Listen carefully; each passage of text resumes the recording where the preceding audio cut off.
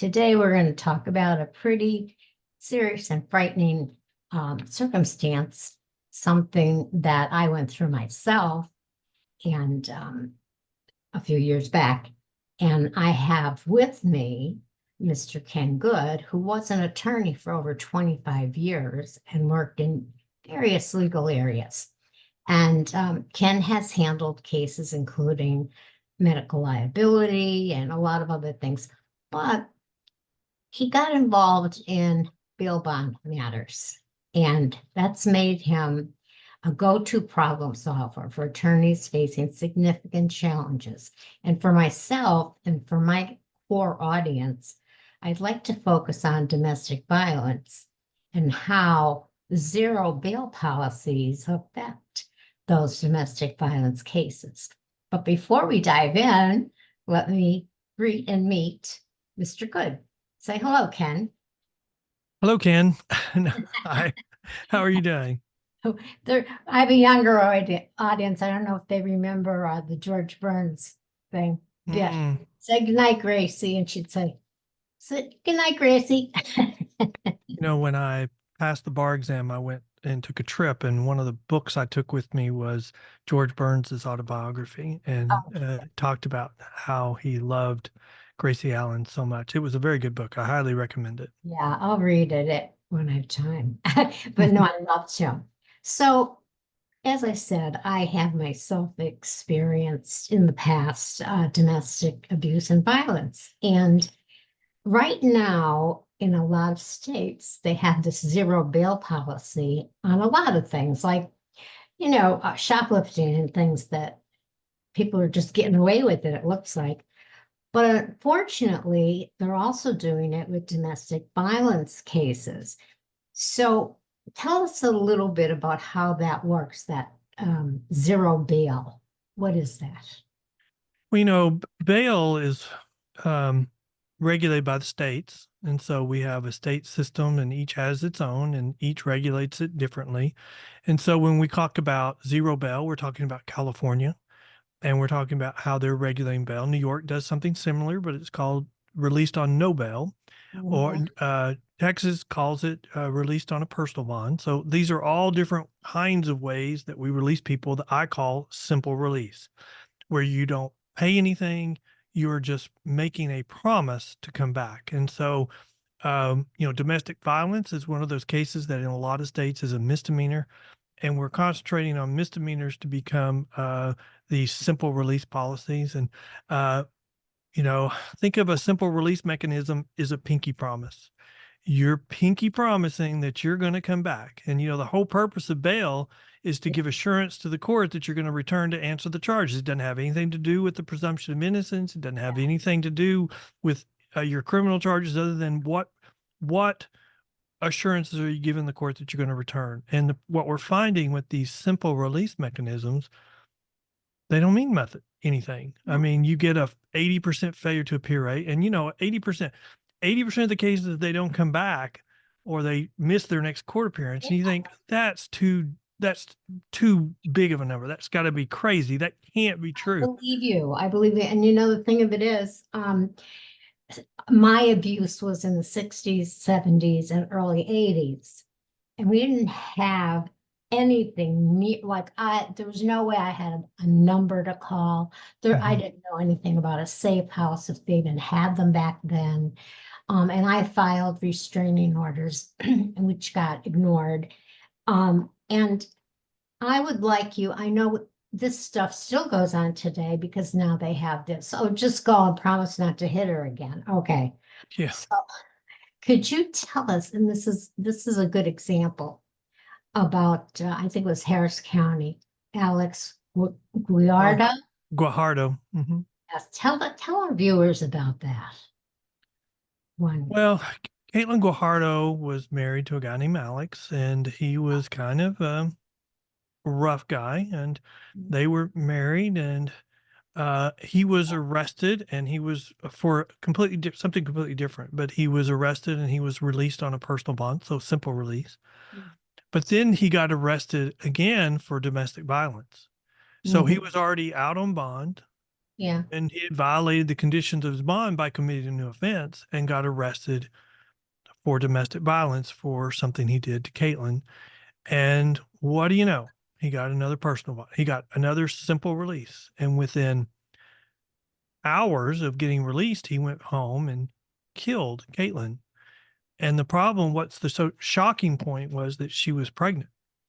And he stabbed her 30 something times in her midsection in her stomach because he said that he did not want another man to raise his child. And so not only was he was vindictive that he didn't want anybody else to have anything to do with raising his child after he did all this damage to his wife. And, there's been a lot of outcry as a result of cases like that. And that one is the best example. There was a bill filed at the Texas legislature called Caitlin's Bill, Caitlin's Law, and it was incorporated into a bigger bill to address some of these terrible situations. And so we've made some violent offenses no longer eligible for personal bonds in Texas to try to keep these things from reoccurring. Like I said, I was back in a different decade and we had nothing, but they had told this man to leave me alone. He was a big man. My second husband was a bouncer, so I'll tell you how. And he didn't start abusing me until I divorced him. And I bring that up because it's that mindset. If I can't have her, nobody else can. And at one point, I had called the police. He had just been at my apartment. And they said, we can't do anything. He's not here now. Didn't matter if I had bruises. So I was crying. And this officer, this was probably 1977, said, here's what you got to do. Go buy a gun. If he comes back, shoot him. And make sure he's inside the house when you shoot him. If you shoot him outside, drag him in. I thought, really? This is what you're going to tell me? So I would think, not knowing what you're telling us now, that things were better. But with these zero bail policies, how do we ensure that the survivor is safe? We don't right now. We don't. Back when you were, when you were going through your, endeavor, there wasn't a lot of faith in the criminal justice system. You could get a protective order, but if they violated it, they wouldn't do anything with it, or they would have to violate it before they could do anything. And, we still kind of have that as the gold standard now. When you file a domestic violence case, they enter a protective order. But, with these simple release mechanisms, your thought about going to the police, your thought about filing a criminal charge has to be your second thought. Your first thought has to be your escape, your plan for how to start over, your plan for your protection, and what is your system that's going to give you support? What's your support mechanism going to be? Family or friends? You have to get all that set up now before you can even think about, am I going to go to law enforcement? Because you cannot go to them first. Because you got a clock ticking as soon as they kick them, because they're going to release them really quick. I'm going to tell you, here's the problem. That it was the problem then, and it's still the problem. These types of abusive men, which I think they have a narcissistic complex that, there's something mentally wrong with them, of course. But in the beginning, you don't realize they're like that. Like both my first two husbands, were seductive and charming and seem like wonderful people. And then you get into the relationship, and when the abuse starts, you don't recognize it at first. You think, oh, he's in a bad mood. He had a bad day at work, or, I pissed him off somehow, whatever. So then once you realize what you said, that you need to leave, okay, maybe he hits you more than once, or whatever it is, you're enough. And like I said, I didn't have anything in those days. So to make a plan, I moved a few cities away, but not far enough. And he came down there. I thought, well, he's not going to drive all the way to Harrisburg. I'm from Scranton, Pennsylvania. But when he found out I was in Harrisburg, he did. And, it was very hard. Now, today, there are women's shelters. So when you talk about making the plan, first of all, the woman has to want to leave, and it sounds sick. But that sometimes the woman doesn't want to leave it. She denies it. She minimizes it. Yes, I think that's absolutely true. And, Yes. I mean, as a father of two daughters, I've always taught them about the way we treat women and the way women should be treated. But that's really true about the way anybody should treat another human being. I mean, I've been mad at my daughters. I've been mad at my wife. I've never once thought about hitting them. Right. And I mean, never once. No. And when you get to the point where that's okay, then the other person needs to say that's not okay. I think too, a lot of these abusers seem to have in common that the way they were raised was not good. They probably were raised in an abusive home. I was alcoholic father. And then when they get older, sometimes drugs get involved or they get involved with the wrong people. But do you think there's some outside influences that make these men into abusers? Does it have to do with wanting control of any kind, maybe? I know that's, Okay, so life is yeah, this journey, and sometimes the journey is not made for the weak of heart. And a lot of this, I think, is built into disappointment, and they're not where they plan to be. I mean, I have a sister who had a breakdown, or she had a crisis when she turned 25 because she would turn 25. I mean, most people, they don't have those types of crises till they turn 50 or 60, but she had one when she turned 25. But it was because she wasn't where she wanted to be at that age. And so yeah, I think a lot of that is but now when you add drugs into it and you add mental conditions into it, I mean, I think the thing that we have that's really lacking is, I mean, you could call it a moral compass, you could call it religious teachings, but when you have that overlay onto a situation, then we stand up for ourselves. We're a temple. We're God's temple, and I'm not going to treat myself like that. I'm not going to let you treat myself like that. But it's hard sometimes when, you realize, I mean, look, my mom had 4 kids in 2 years and 5 months. And I think there was many times that she would have left my dad because they had a rough patch because they had 4 kids in 2 years and 5 months. But every time, she would like, would I be better off with for yeah, a single parent of 4 kids that were born in 2 years and 5 months? right. And she decided, no, she would not have been better off. And And that so, was a different time too, where divorce wasn't a thing. yes. My mother, I remember as a teenager, I begged her many, many times to leave my father, and she would not. There were 4 children, and But look at statistics. Even today, they say a single parent home has such a huge greater chance of living in poverty. And so, you have people that think things like, well, look at what I'm doing to my kids. well, that's what happened. And with the first time I didn't have children, but I said I have to love myself before I can love Hmm. anybody else, and I Yeah. left. The second time I did have 2 children, so I had stayed with him about 7 years because I had his 2 children. But then I said, um, I'm a very smart person. I wanted to go to college. My circumstances, my parents, different things blocked me from that. And I went to a counselor. I wanted to go to marriage counseling. He wouldn't go. So I went Hmm. along. And Sure. he said, listen, I know you're a Catholic social services because that was free counseling. He said, but I'm going to tell you what, you get a divorce and go to college because this guy, he's either going to kill you or just, sand you down till there's nothing left. And I did. And I raised 2 children with no child support and went to Wow. college for 2 years before he came and started abusing again.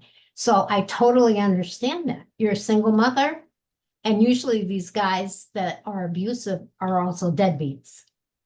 Mm. So it's a catch-22 for some women. The first house I owned, there was a house next to me that there was a young couple that rented, and they were Mhm, married and had 2 kids.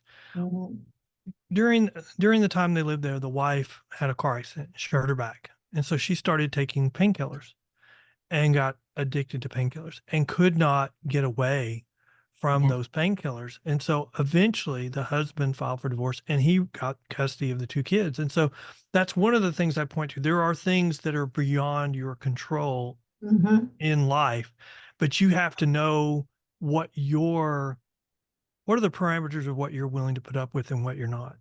And you have to say, I mean, I think that's one of the things I like about my wife and I. We're both very religious. And so I think that's held us together, but it's also we've been accountable for each other, or we've been accountable, held each other to be accountable.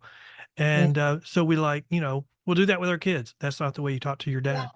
That's no, not the way you talk to your mom, but you do that in life exactly. too. Well, I know you're having a tough time right now, but Yeah, you're going to be better. Things will get better. And I think that foundation helps in any situation. Even if you end up in a situation where something happens and life takes one of you down a different path, then you can see it and you can go, this is not going where I want to be. And we mhm, either need to change or we need to talk about what we're going to do.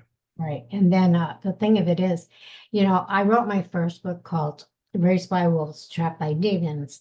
And the wolves were my parents because they wanted their children to support them when they get older. They didn't Mm, want mm, to go to mm, college or do anything. And the only way out was to get married. And so the demons in the title were the men. So the first 40 years of my life, I was mhm. I was sort of like in prison and always trying to escape. It's quite tiring, if nothing else. And then I was blessed. My third husband, we are together 37 years. So it was nothing wrong with me. It was them.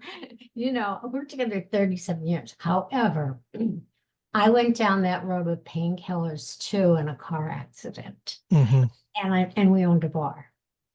And it says very plainly, do not take with alcohol when they give you pain meds. mhm. And I thought they don't mean me. And I ended up, and I have to give myself credit or God credit, but outside of myself, because one day I just said, God, please help me. I can't do this anymore. I was so depressed, so depressed. I put myself into treatment. There was no Mhm. intervention. It was, I need help. And from that day, now I have 34 years of sobriety, which comes along spiritual faith. You have to have that too. I found a community here when I moved to Florida, and it's a new age principle type church, but it just fills me with joy. Okay. And their principles are things that everybody should live by. And they're probably just like you have your faith, you know, Well, basic. what's the sense of community these days? I mean, when I was Yes. growing up, when you were growing up, the sense of community was really in our houses of faith, and they Yeah, had all I these agree. activities, and Mhm. you interacted with your community through your church. And what Yes. is the social network that we have today? Because it looks like to me it's all online. We Churches don't are dying. interact with each other, and through that opaque blind, we say the most hurtful and harmful things to each other. Yeah. The churches are not doing well. A lot of them are closing down. A lot of them are because of what's going on. And in our community, our church community has dwindled because of 2020, because we had it Hmm. completely shut Hmm. down, starting to build up. But our principles are really easy. They're all about love and being kind to each other. There's no But big, isn't that the key? Like you've said already, you've got to love yourself before yeah, you got to figure out how to love yourself before you can love someone else. And if you hate yourself, it's so much easier to hurt and right. hate the person you're with. And then it can be their fault that they're the reason why they are like they are. And so then they get it in their head, all these different things that if Yeah, they were just had the right mindset. But, having being depressed is not the King's X for criminal charges. That just means you've got a problem you need to work on, and you've got bigger problems if you act on this depression. Yeah. And I went through depression after I got sober, but I took care of that too by getting help. We've And all been through that. We've all been through periods of depression. I have my youngest daughter is a special needs daughter. And, after she was born and she was 5 years old, we had a bone marrow transplant for her. And so she had low platelets. And, currently, that was when she was 5. Now she's just finished her freshman year in college and she's doing well. Platelets are normal. But I'm telling you, I had to go to counseling to get ready to go through the bone marrow transplant. And it was a terrible, terrible ordeal. But it would be an ordeal that anyone would have trouble going through. And you know what I had the most trouble dealing with during that is our couple friends that would tell my wife, and she would mention to me that they would say, "Oh, you're so lucky to be married to Ken because he can get through this. He can handle this." And I was like, what makes me more special? What makes me different than the normal person? I have the same problems. I mean, you have to mourn the child that you have when it's a special needs child, or mourn the child you thought you were going to have so that you can prepare for the joy of your special needs child. And I can't imagine our life without Laurel today, but I don't know. I don't feel I'm special. I mean, I had difficult times getting through that ordeal, just like any normal person would. that's life. You're going to have a journey. You don't know what's going to come down the road, but you have to face it and you have to have faith that you can get through it. And when I finally got together with my wonderful husband, I'd say, let's see, we're together 37. I probably had 25 almost perfect years. And then he got diagnosed with Parkinson's disease. So he's now in stage 3. So I could, like you said, make it all about me and be bitter and resentful and ticked off that now I have to do more than I used to take care of him and everything. But I don't. And I have a support system, and I have my church family, and they call me and they sometimes bring me food, make dinner. They help me.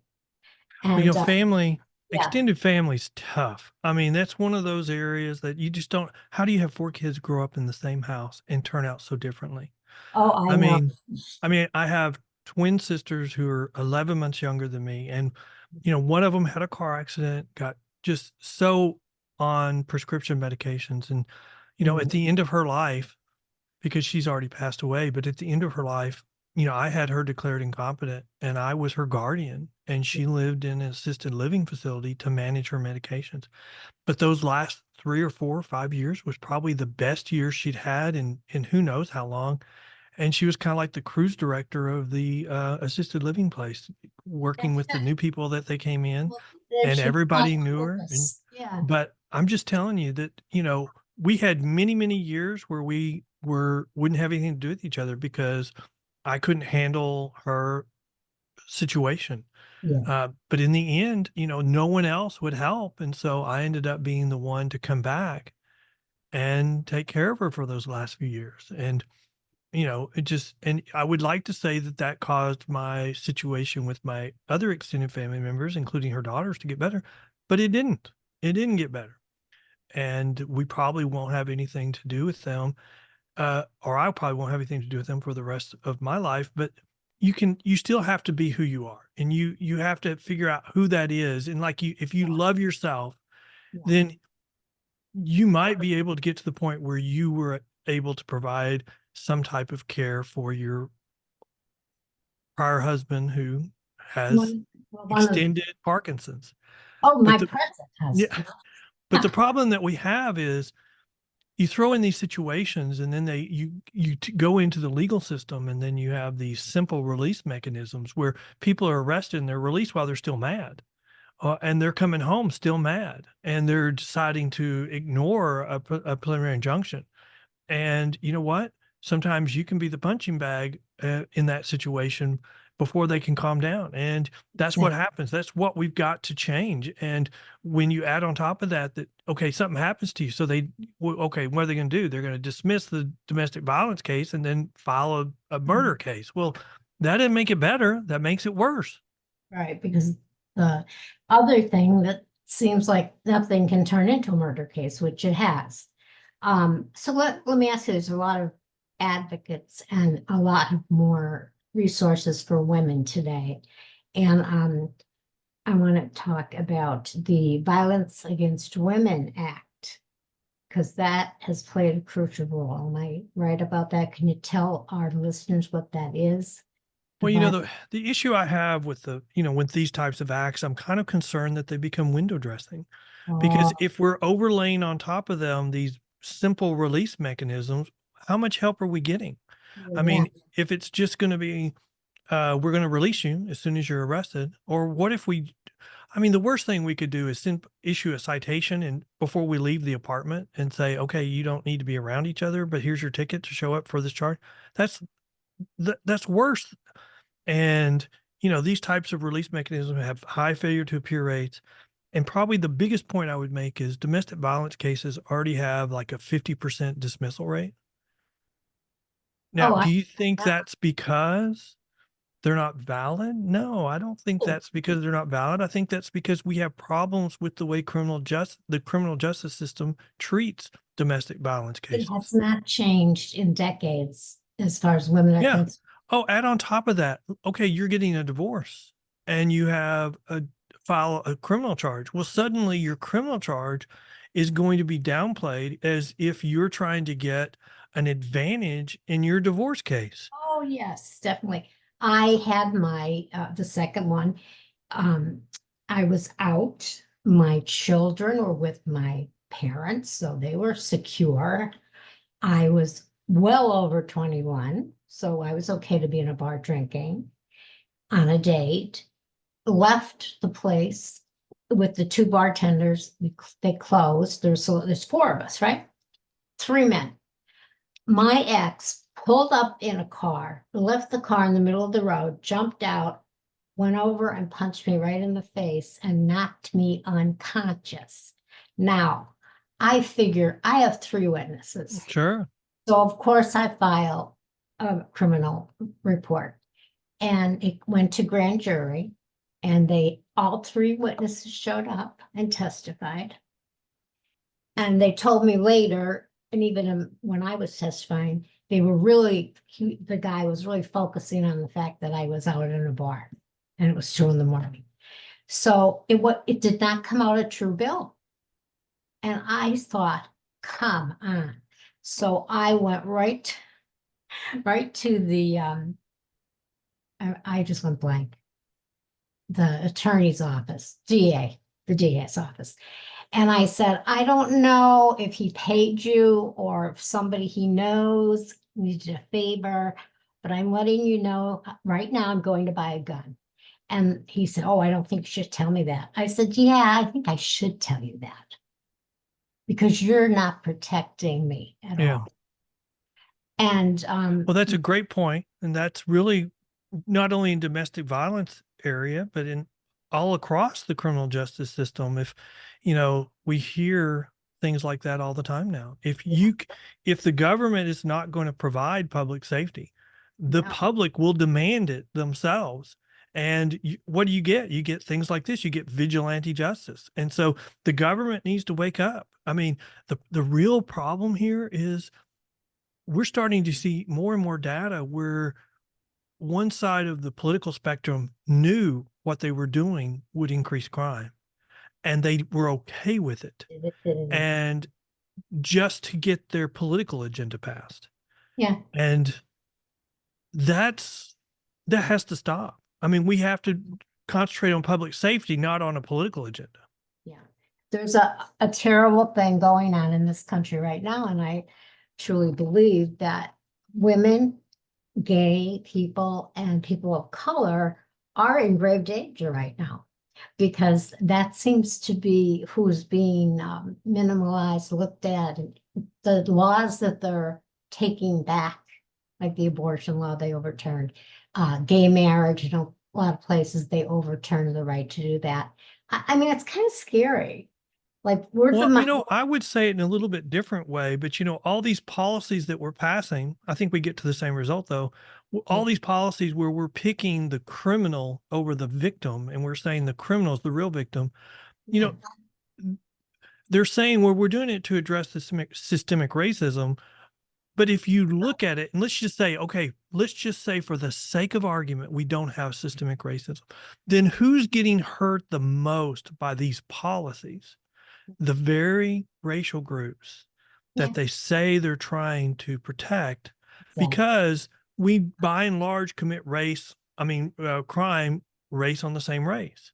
That's Mhm. why 50% of all murder victims in the United States are young black males, and generally their murderers or accused murderers are young black males. And for some reason in this criminal justice debate, we have made it where we're favoring the young black male murderer over the young black male victim. That we're seeing that across the spectrum in our urban areas, because we have a disproportionate amount of crime being committed against our black and brown communities. Well, that tells you by and large that crime is being committed by our black and brown communities as well. And so when we enact policies that disproportionately favor those groups, we're harming the very racial groups that we say we're trying to help. Mhm.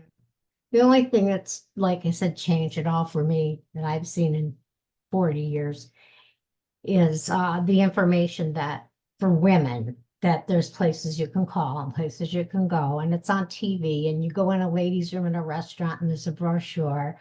I mean, that's the only progress that I've seen, and that's not much.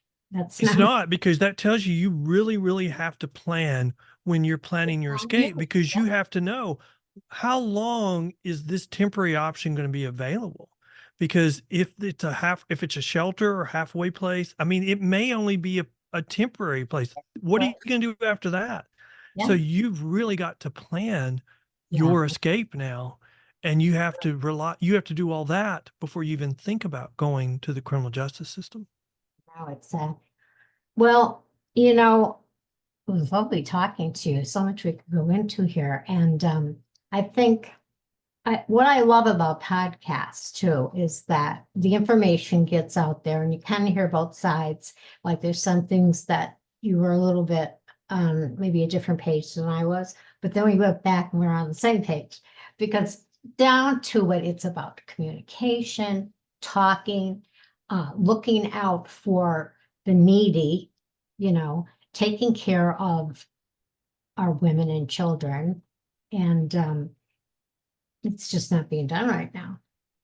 So No, it's not, and we've got a lot to do still. And it's, the governor, I mean, the mayor of New York City, who I would say is a progressive, he was on a podcast recently, and he said, you know, one of the foundations of society is public safety.